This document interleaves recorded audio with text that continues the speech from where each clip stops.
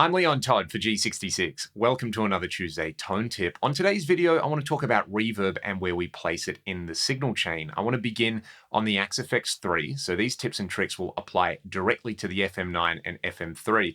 Then we'll take a look at how we would do this on the VP4 later in the video. I'm going to start out with a stereo pair of clean amps. I've got the ODS 100 clean amp model dialed up at the exact same settings in both of these amp blocks. All I've done is change the input select on each of them. So this one here, the input select is set to left and it is panned hard left. Similarly, in this block here, I've got the input select set to right and the balance set to right. Then I've got the same cabinet IR in the cab block with the input mode set as stereo. This will let me run stereo effects in front of those dual amps or after them. And I've currently just got the reverb block in its default state. The large hall reverb, 25% mix, 3.2 seconds of verb on there. This sounds really lovely after the amp and cab. I'd consider this, say, a studio style setup. So if you recorded a real amp dry and then applied reverb with some outboard gear or with a plugin, you would get this sound.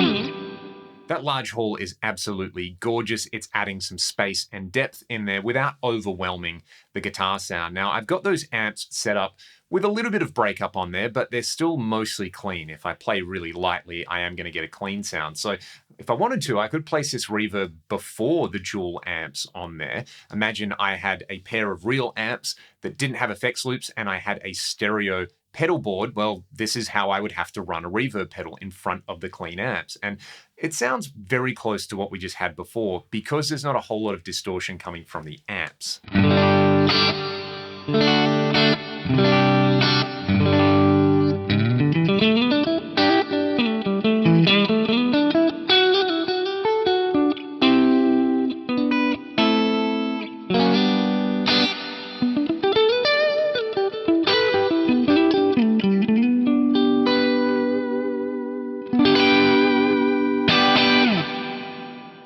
The tone of the reverb is very similar. However, one thing that is markedly different are the reverb tails on there. They're a lot more pronounced. They almost have this echo-like quality when I run them in front of the amp there. This is even more pronounced when we start to add plenty of crunch on there. So let's hear the Brit 800 2203 large hall placed after the amp and cab and then in front of it.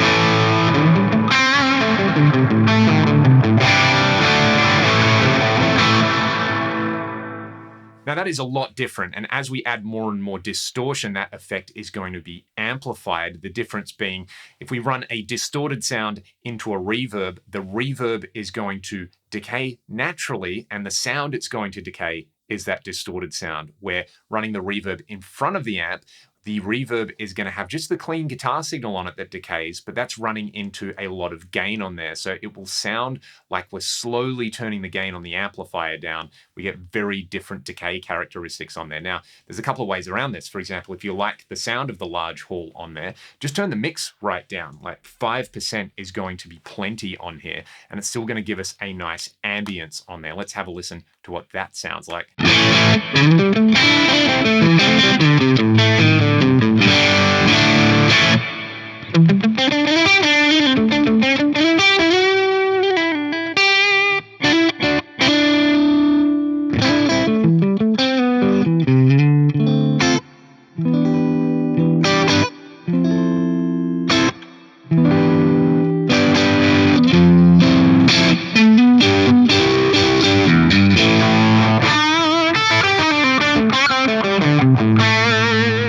Just a different character coming out of this. While it's no longer overwhelming the sound, the reverb kind of has this crunchy texture to it as it interacts with the front of the amp. And it's definitely something worth experimenting with if you want to change up your tones. If you're someone like me who 99% of the time, you just place a reverb at the end of the chain for a little bit of ambience. This can be a great way to add some character in there, and especially when you use different reverb types. For example, spring reverbs sound fantastic in front of an amp that's just starting to break up. This just has such a cool vibe to it, and if you crank the mix up on the tube spring, for example, you can get a great surf tone that's very similar to the way people would have been running old spring reverb tanks back in the day. You plug your guitar into it, then you plug that into the amp and you crank the amp up. This one sounds really, really cool.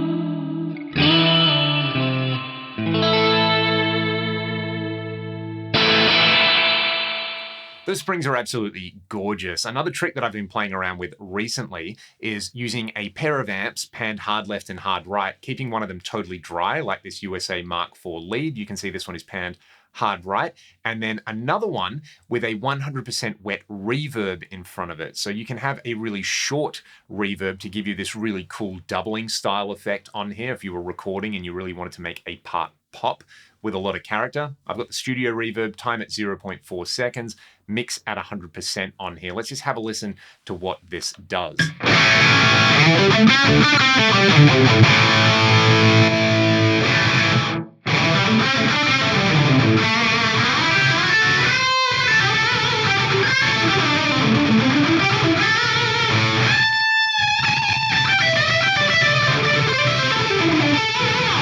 That sounds pretty cool, right? We could do a variation on that with a slightly longer reverb. In this case, I've got 3 seconds of reverb from the gold plate type. Mix is still at 100%, but I've turned the level down quite a lot on this one. And then I'm not panning the amps quite as far left and right. I've just gone for 20% left and 20% right. Let's hear this.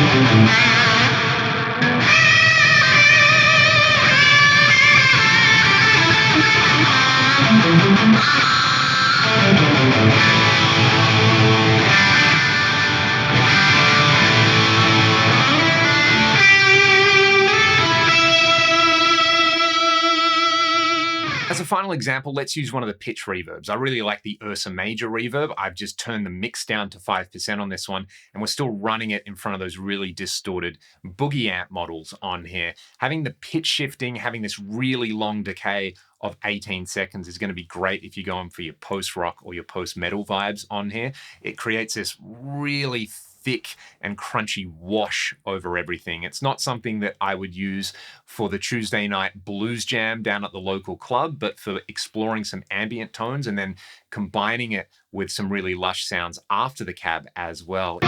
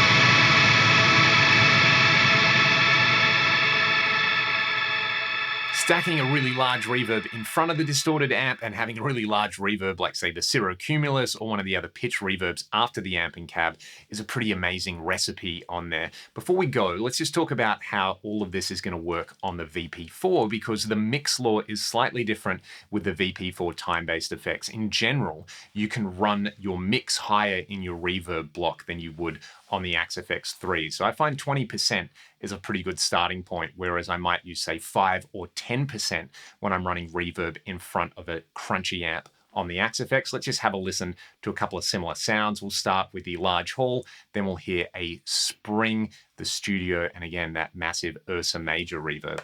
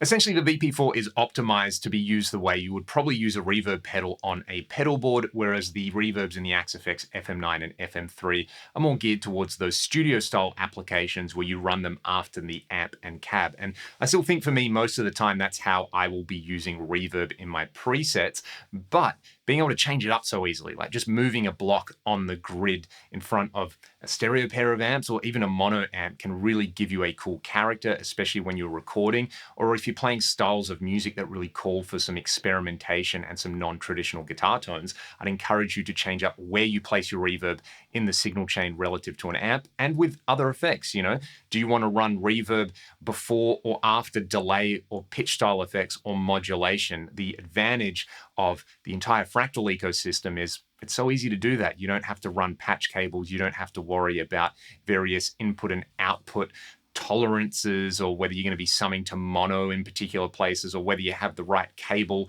You know, a lot of pedals will have a TRS input only, whereas other pedals have 2 mono cables, so you don't need converter cables or anything. You just move the blocks around. It's kind of like magic, isn't it? I'd love to hear how you're using reverb in non-traditional ways on your Fractal. Let me know in the comment section. Feel free to leave any questions or requests in there as well, and I'll see you all on the next one.